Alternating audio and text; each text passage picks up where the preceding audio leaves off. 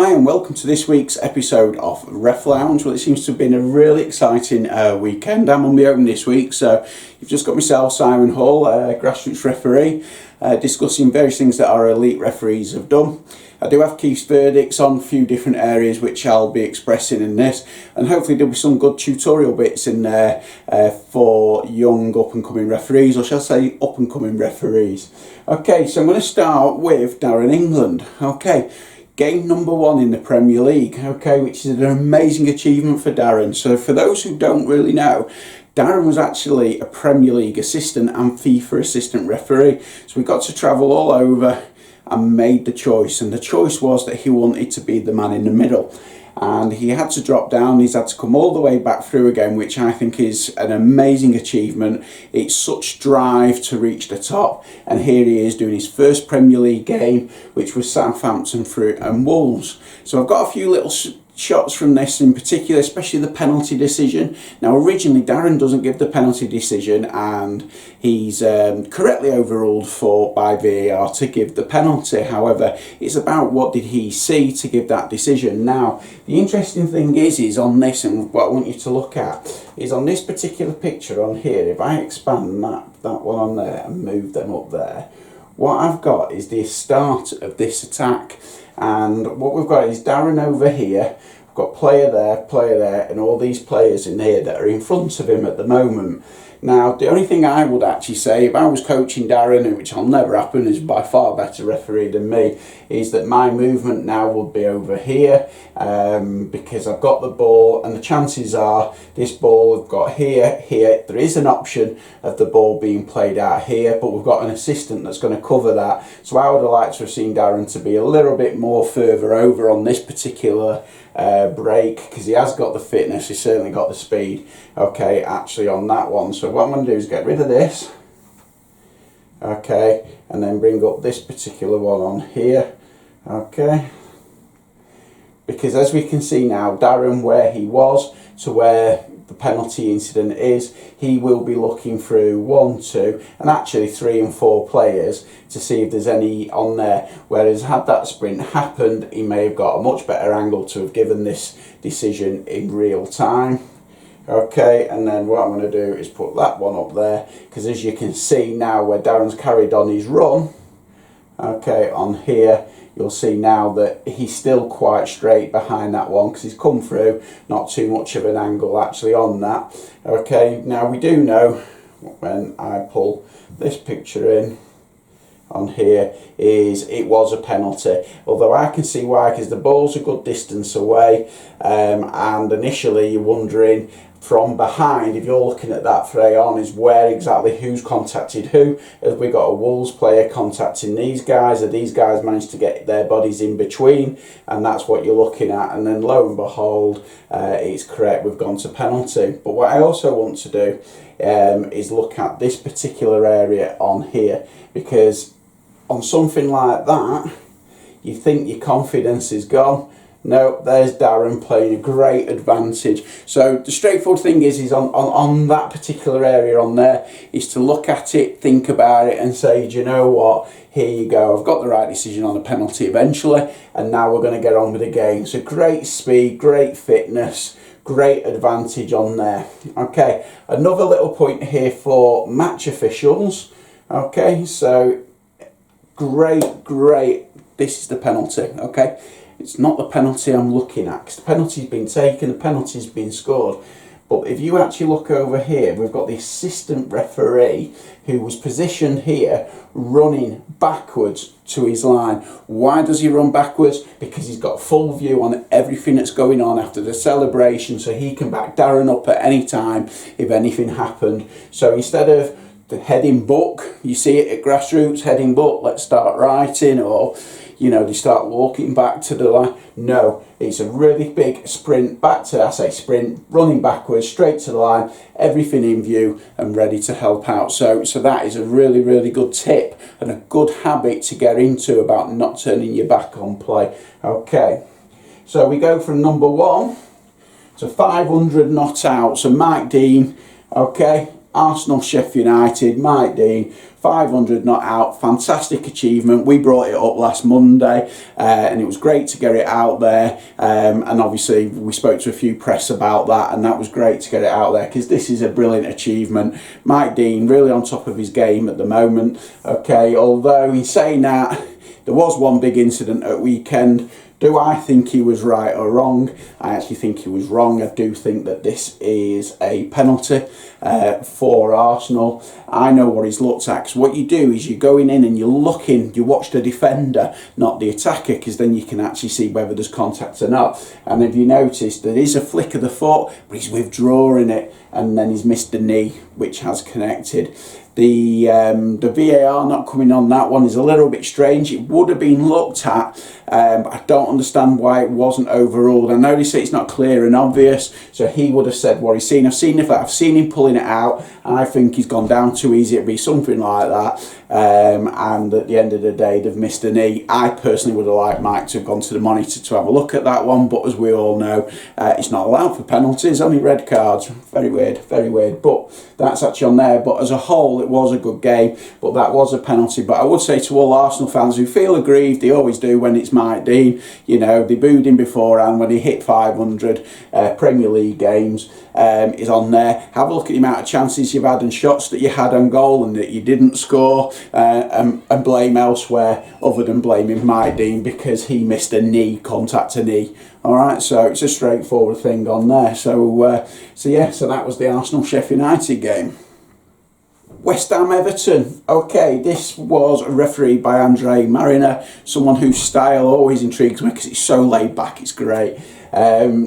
It's a really steady game, really good steady game, but VAR did intervene for something off the ball. Okay, so Andre Mariner, no chance on this one. We've got a VAR intervention for a headbutt, a backwards headbutt. That's violent conduct. Regardless, I know there's a few things on how the player goes down, but it is still violent conduct. I expect that there'll be retrospective action on this one. But the one question I've got is the referees were told if it's a red card, you can use the monitor. Nope, no monitor used. VAR didn't go there. That was a straightforward. Think you need to view that, make your own mind up, and I do believe the West Ham player would have walked on that one. Okay, the big one at the bottom, this is Norwich City Bournemouth, refereed by Paul Tierney, in great form, we all know that.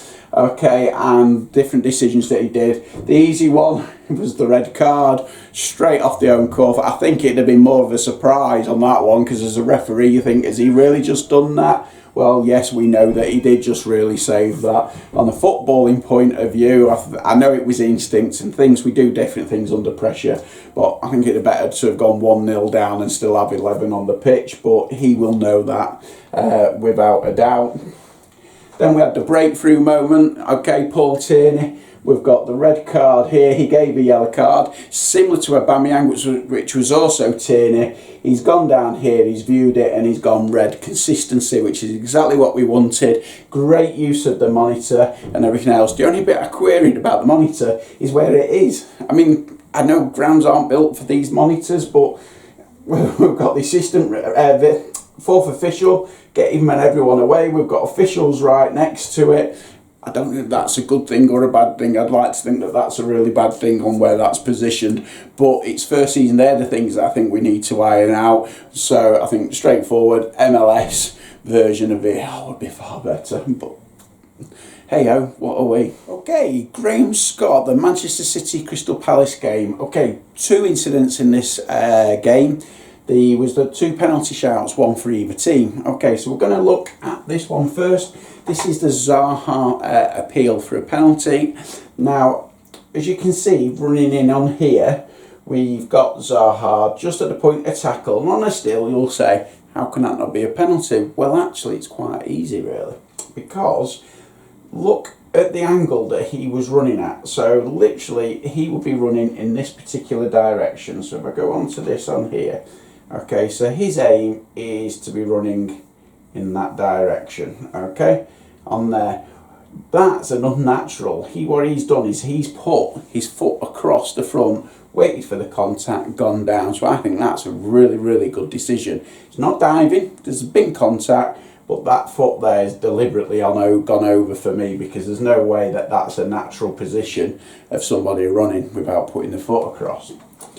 This particular one on here, that the handball as it came in, and now quite rightly appealed, Graham Scott initially, because it looks like it's a handball, unnatural position, it's all out, makes themselves bigger. However, in the laws of the game, it does state regard it hitting off the same player's foot or head and then touches the hand, which is exactly what happened. So in law, that is absolutely spot on. So again, VAR into Graham Scott was actually right to give that on what he'd seen, so well done on seeing that as well. But also at the same time, VAR was correct to ensure that the penalty kick wasn't a penalty kick due to the fact of the law of the game, and he wouldn't have seen the initial touch. So great decision. Okay, Anthony Taylor. Now Anthony Taylor seems to be getting better and better again, which is really, really good news. He had that little blip, but it's funny because the blip was actually over the most extensive part of the season, where it was game after game after a game. So he's obviously got himself back in there, he's fresh, and he's looking really spot on. So we've got the Burnley and Leicester game on here. Now I want to point out firstly his positioning. So it's his actual positioning on here. So if I make that larger, we've got Anthony Taylor, he's in here. That is a fantastic decision, because he won't have had a lot to look at to be able to give that decision. He really wouldn't have had a lot, but the nice thing is because he's looking in at an angle, he's got round there, he's gone that extra bit further. You know what, that's a really, really good decision, and VR correctly backed him up. Penalty was taken. But what I really want to hit on is this particular one on here.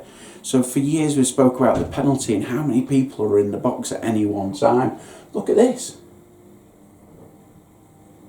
Penalty's took, it's already gone. Look, they're all out of the box. They're only just getting in the box and it's already been took. Fantastic. If you apply the laws, and and in this case a number of goals was ruled out, lo and behold the players start doing it and following it because they know they stand that risk. So great, that, I love that. That's come from VAR, been quite harsh on a few penalties, and lo and behold, here we go. Maybe it'll work for dissent if we actually started using yellows and red cards for dissent on a regular basis. Maybe it'll just disappear. But there you go, quite straightforward on that particular one. Okay, the big game at weekend, the iconic game of Liverpool versus Manchester United. These two giants of English football went head to head. Craig Pawson given the great task of officiating this game, which was great for Craig. And then what I wanted to look at was one of the decisions in there, but then also a really, really good part of it, which could be a bit of a learning curve for some people. Is the first one I want to just look at is the one that Twitter is all talking about. Was it a foul? Was it not a foul? I've seen lots of different polls regards this, and it's very, very split. And it depends purely on you, on yourself on there, whether you do it. I've seen proper professional explanations from referees, and I've seen fans still disagree.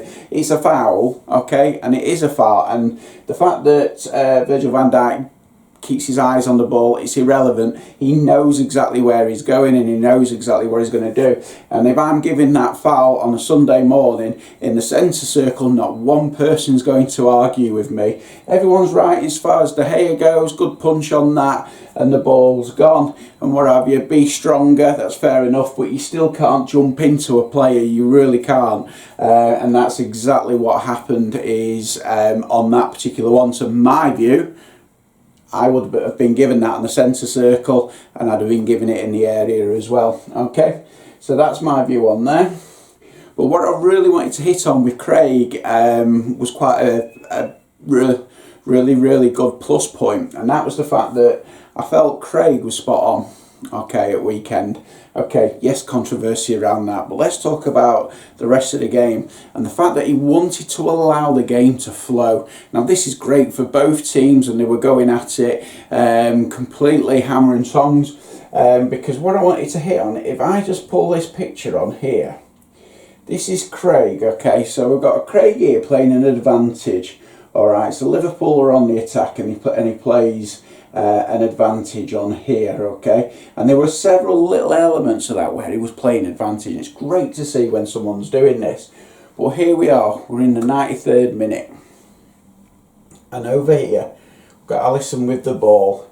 Gary Bezic has put his flag up because Mata was in an offside position, and for those who don't know, because he's actually going on to the keeper, the assistants, yes, he could have let it go through, but if there's an attacking position going in on the keeper, get your flag up, because it means then that Craig can stop play, stop a clash coming together. So that's really, really key there. You can see Craig, he's allowed it to go through, he's putting his thumbs up to Gary, correctly so, to say we're carrying on. Alright, so he's there, he's bang on the edge of the area. And what happens next, we all know. Salah goes down the other end, slots the ball home, but look at Craig. Look at where Craig is now from the edge of the area. You've got to remember, a ball travels a lot faster than a human. Okay, that ball from Alisson dropped in the other half. Alright, so Craig is already 30 plus yards behind that ball, but he's already on his toes and he's gone and he's absolutely moving, and as you can see, the ball gets slotted home here. But have a look at this, for instance, on here. Okay, so Craig, for instance, is actually moving in that direction. Okay, now the quickest point would be to go down here, but what he's got there, he's got a player in his way, because here we've got a potential red card. Okay, we've got potential penalty. Okay, we've got potential simulation. Okay, so all those things on there. So what Craig's trying to do is get across here, so he's got an angle to look in on there. But the fact that he's had to cover that, I mean, look at this, he's left pro players behind, so he's overtook a lot of them. Okay, and that was one of my things for Man United on there. If I'm looking at that and the referees actually beat you from the same position, then I'm sorry, I think I'd be looking at that to say how they let him. But look at that, he's actually put all the players to shame, caught up there literally with Salah just as he slots it home. Great performance by Craig, great energy levels. I mean, that's the last seconds of the game, so that is absolutely phenomenal. So huge well done there to Craig. What I would say is, you don't have to agree with everything we say on here. We're just trying to give a really good oversight of why referees do what they do. Different movement, help young referees or new referees to develop their game. So on there, but we are on social media. Feel free, Facebook page, LinkedIn, Instagram and Twitter. Please get in touch at Keys to Football on there, and it is a straightforward thing to turn around and say we don't do stats, we literally do personal development. Thank you.